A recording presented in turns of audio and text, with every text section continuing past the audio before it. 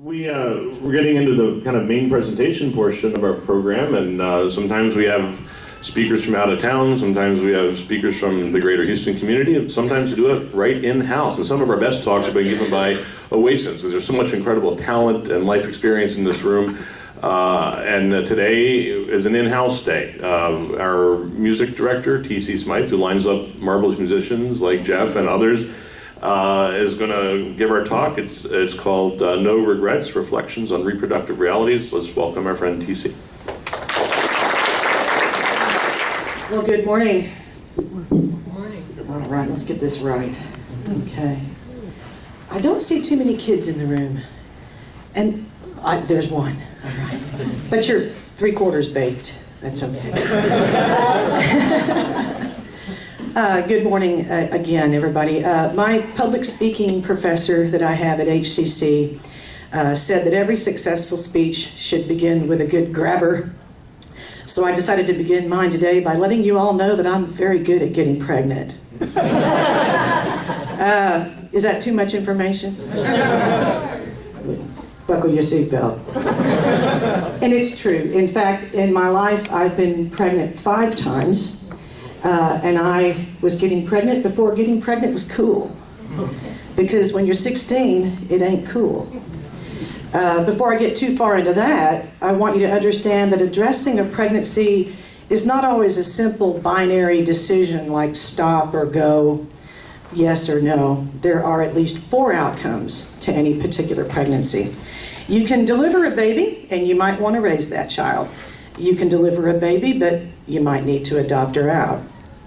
You might choose to have an abortion, or 75% of the time, you will have a miscarriage. Most of those miscarriages happen without even any knowledge of the mother at all. It's called spontaneous abortion. So all of us have had an abortion, whether we know it or not. You don't always get a choice. Not me. And I know these are all possible. Some of us are grateful, right? Now, I know all of these outcomes are possible because I've lived through all 4. Sometimes I had choices and other times I did not, but in each case, the decisions where I could make them were governed by a complex grid of circumstances like age, personal and religious values, financial settings, social support structures, access to information, and depending on your zip code, the law. The father of my first child visited my high school campus as a student recruiter for University. At the time, I was attending the high school for engineering professions. And out of all the girls he met during rush week, I don't know why he picked me. I wasn't cute. In fact, I was rather unfortunate looking. I had braces and stringy hair and glasses, and I was too skinny. But I was a decent cross-country runner, and I thought, well, maybe needs cross-country runners. Anyway, he was way cute, certainly intelligent, and I was flattered that a college senior with real prospects would bother speaking to anybody like me. And consumed as I was with my own insecurities, it didn't take him long to figure out exactly how I ticked, and after a few dates, I ended up in the sack for the first time.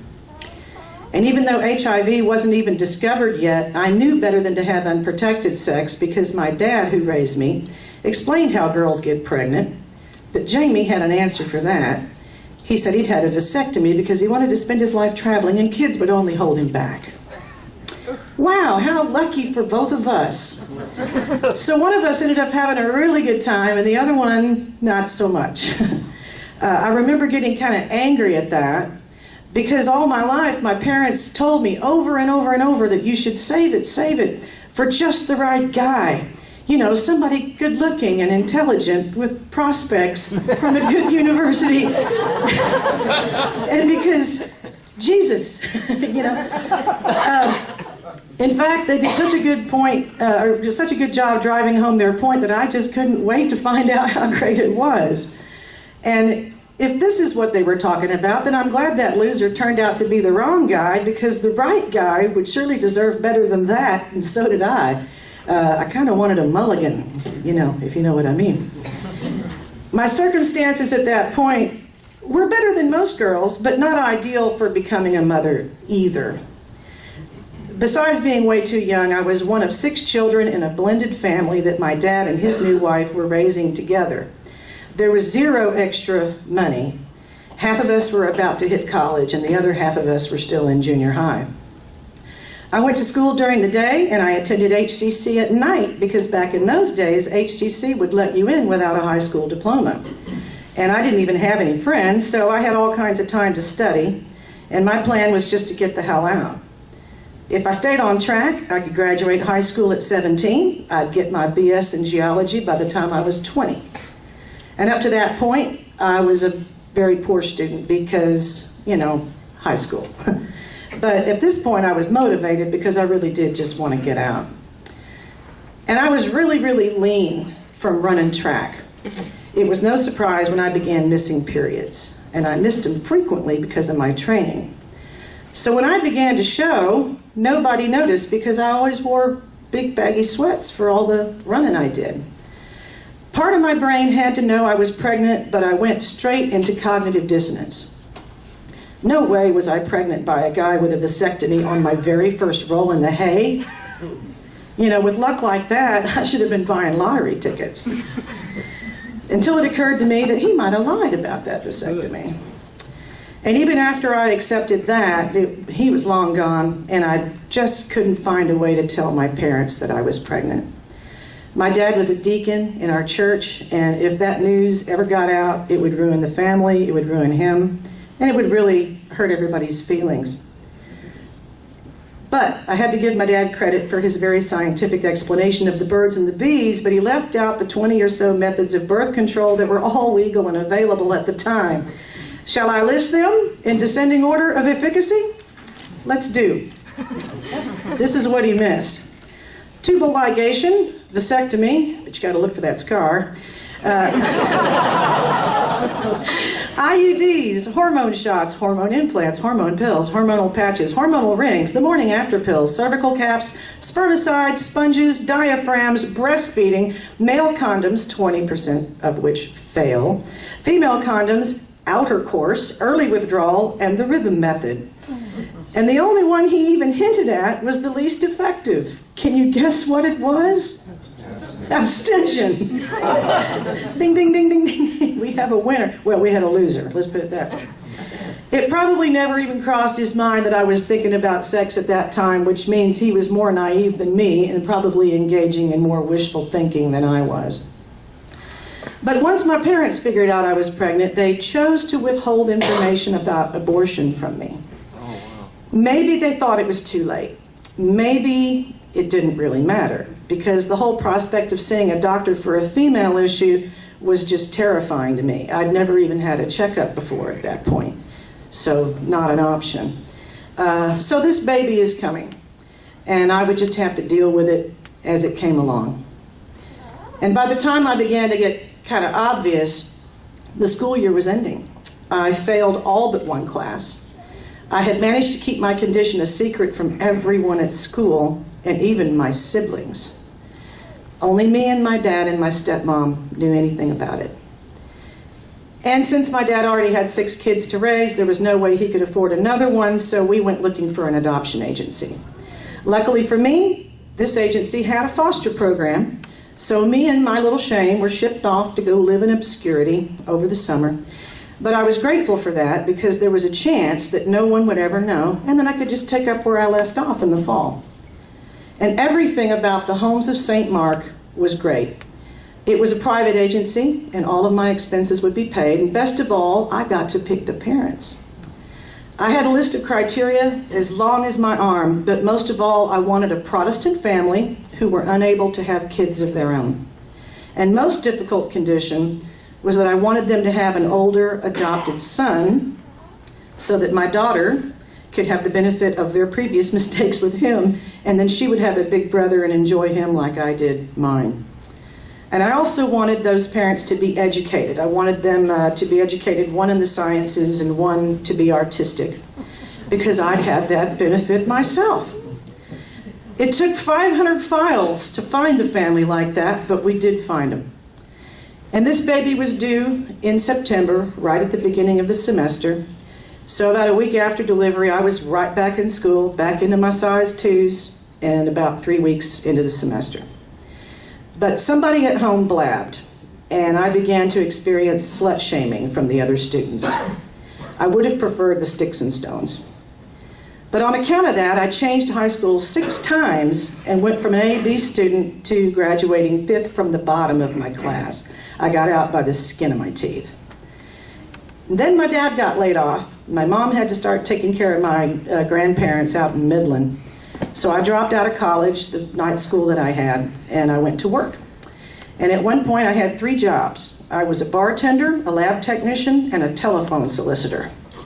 That was hilarious because I was working on commission only, selling storm doors and windows in a town where it never rained. Not kidding.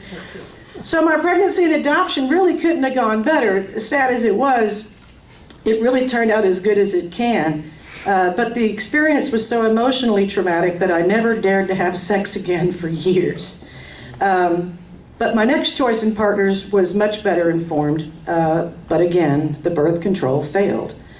Because I was no longer so sheltered and living away from home, I had more information, and I immediately made an appointment at Planned Parenthood to get an abortion. None of the scary stuff I had ever heard about abortions turned out to be true. I was treated with such kindness and respect throughout, and the only negative thing I took away from the whole experience was in the recovery room. There were maybe half a dozen of us in there, and one of the girls was experiencing an awful lot of sort of post-guilt. And she told the doctor he was going to burn for what he did to her. Despite the fact she signed all the same consent forms that the rest of us had, she had access to all the same information, she had to project her guilt onto somebody else. And I guess they hear that all the time.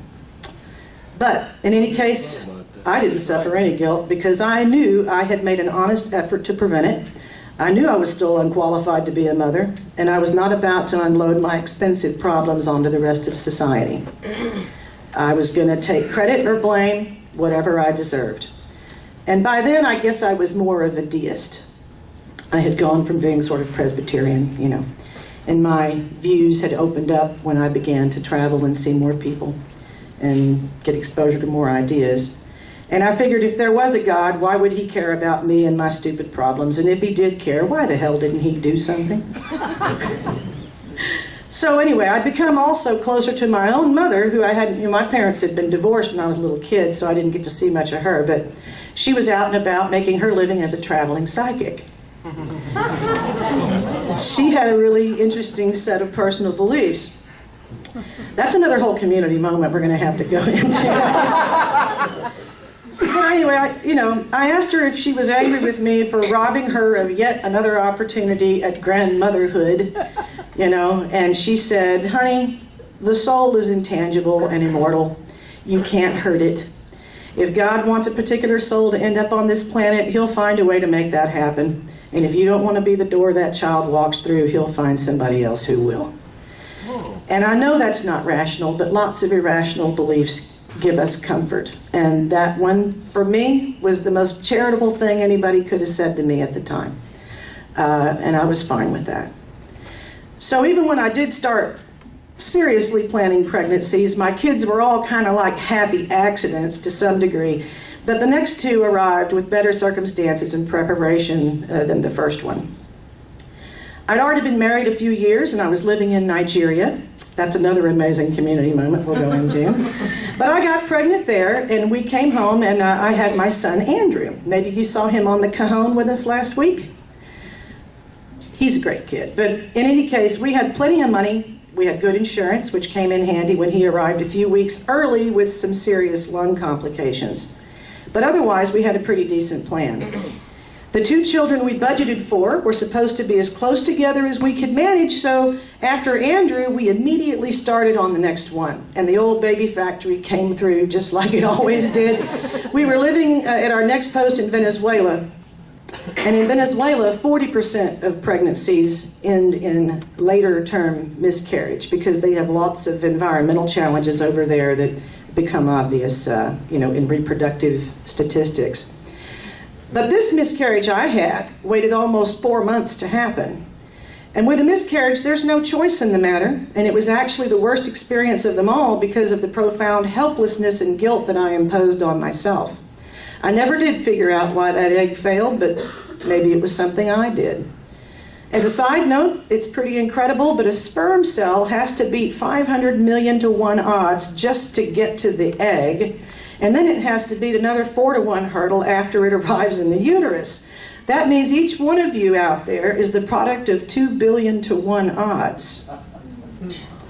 And when you consider that before any of that can happen, men likely waste 1 by 10 to the 17th sperm cells every day, that makes each one of you very, very, very special indeed. But as special as we all are, we need to get over the idea that every sperm is sacred, because we sure don't treat them that way. So I understood that my miscarriage was probably caused by environmental factors, but that didn't really give me anywhere to put the grief. It didn't give me anywhere to put the blame. What the hell happened? I was healthy and young. I was just never going to know. So when I got home, I thought about calling the company's counseling hotline, but like in the old days, I was still afraid the rumor mill would spring a leak. And when Kenton got home, my husband, I didn't keep it from him, but I hated having to tell him because he had worries of his own. I convinced him I was okay, but really I was not. And because I hadn't learned Spanish yet, there wasn't anybody I could talk to about it, and it just turned into a rotten time. But it wasn't long before we succeeded again. Only this time, my daughter Casey arrived 3 weeks late, and I had to stay in the hospital because I had the flu during labor. That is so lovely. The whole time in labor, I'm yarking up in a bowl, and they were worried. They had to watch her because, if little babies get the flu, that doesn't end well, so they kept her. And after that episode, Kenton took one for the team.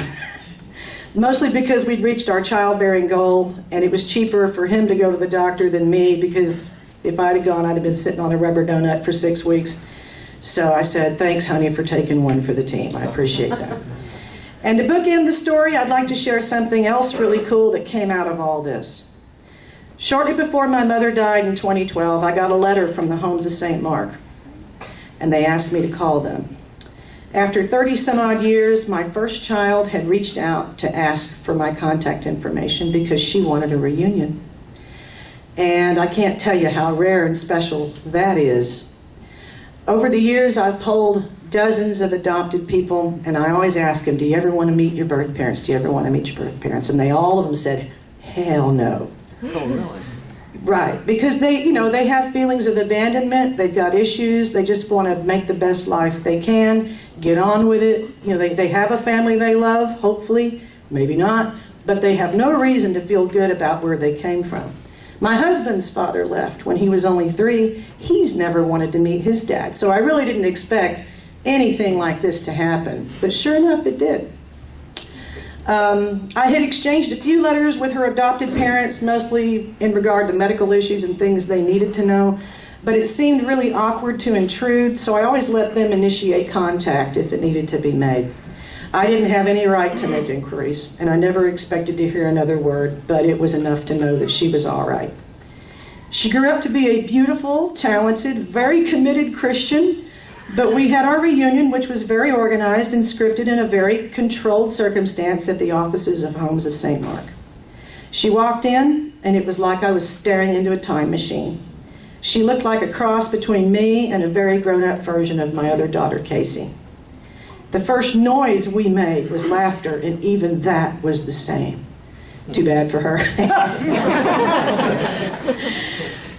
And the agent who was there to supervise us didn't see any need to stick around, so she released us and said, why don't y'all go have lunch? And I don't even remember where we had lunch, but I do remember we sat there just twittering and giggling, and the people around us probably thought we'd lost our minds because we were catching up on so many things, and we were probably way too loud, but that's just kind of how we are. And I know that I can never be a real mother to this girl, but she has such fine folks of her own, and I'm content to remain her friend and occasional fairy godmother, as long as she'll let me. And after a year or so, I organized a huge extended family dinner over at Perry's Steakhouse so the rest of my family could meet the rest of her family. And these things have to go at a snail's pace because you never want to push too hard.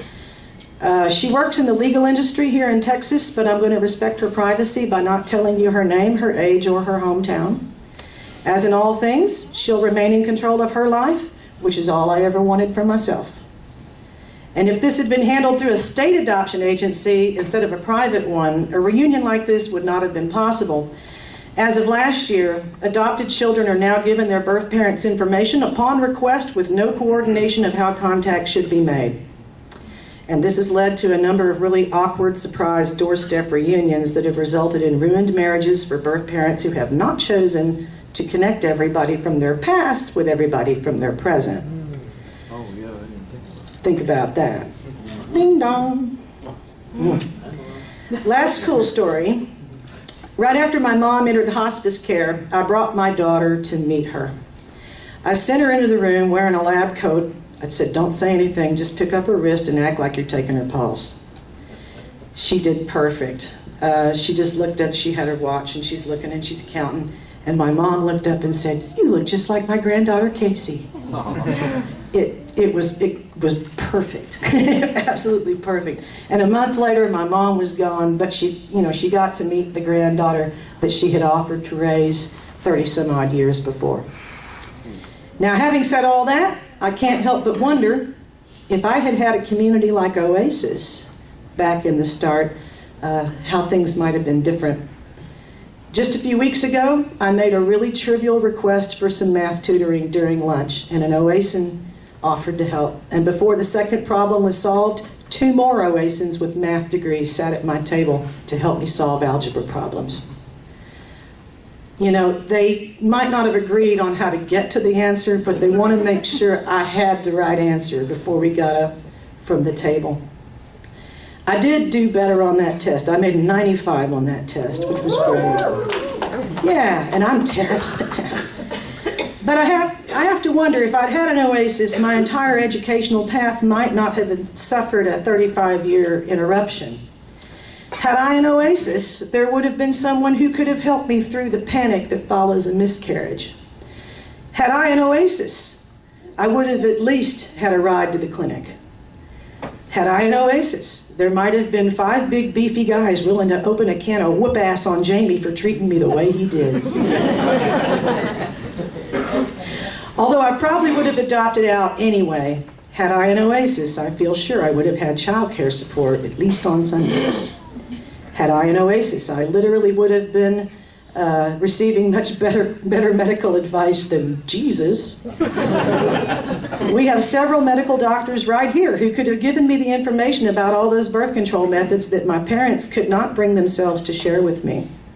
And I'm grateful to all of you guys for 100 reasons, but mostly just because you listen.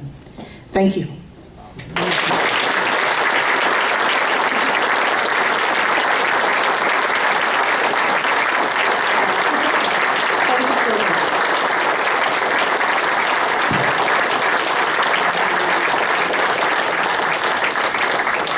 Now, that was a lot of TMI. But I can say those kinds of things here in this room because, like my non-theism or like my liberal leanings, I can get all that stuff out. I can bounce ideas back and forth with you guys. That's what we're here for, okay? You may have questions.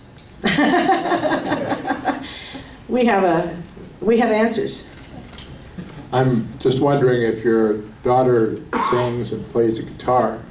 She was a UIL Tier 1 clarinet player in high school, as it turns out. And yeah, she's real musical, for sure. My other kids are musical. My daughter did learn guitar. My son, as you know, is a cajon player, and he plays guitar. And yeah. I noticed the title of your talk was No Regrets, and there was a big kind of movement recently about coming out and sharing Shout stories. Your Abortion, yeah. Yeah. Hashtag Shout Your Abortion. Yeah, I'm just curious to hear your thoughts about that, and if that gave you some inspiration, or you felt some solidarity with that. I guess you could say I've kind of been writing this speech for years, long before that movement, was born, but I was glad to see it come out. Because I think it does need to be normalized in the collective psyche. The choices, The whole Roe versus Wade thing, that case, it was never about abortion when it was being argued. It was about privacy between doctors and patients. And this woman was trying to have an abortion, but she didn't feel she needed her husband's consent. And there was a big argument over that. But really, when Roe v. Wade fails, and maybe, I don't know whether it will one day, but when that fails, privacy goes away with it. All kinds of privacy, not just what you have between your doctor and you. So there's a whole lot more at stake with that law. Did I answer your question? Okay. I can answer questions at lunch, too, if you don't want to ask them. That's perfectly okay. Oh, got one back there? I think you've been amazingly courageous. What do you attribute your courage to? My dad, honestly. I mean, he was the one that sort of set the stage for all this, but at the same time, I get intestinal fortitude from him because it's just, you know, he always taught me that things that hurt right now in 2 weeks aren't going to matter a damn. And most people don't remember the mistakes you make, you know. And as a musician, I've learned to be in front of people and be vulnerable. As a performer, you're a little bit naked every time you get up and sing for people. And if you can't deliver something genuine, and you can't, you know, if I can't move myself right in this speech, how am I going to move you, right? So that's I guess it's just that, the combination of my dad's ethos and my own, you know, experiences in performing, you know. And I got nothing to lose. You know, I'm not having kids anymore. I don't work in a corporate setting. There's really nothing that I can lose for sharing this information. In fact, I hope that somebody has something to gain, you know, if they feel like they're at a crossroads or they don't know what to do. You know, I've lived through all 4 of these scenarios, and I can tell you my circumstances were different every time. And if my circumstances had been swapped around, you might have seen different choices, right? But I do defend the right to choose, and I defend the right for a woman to choose to have a baby. That's included in the choice issue.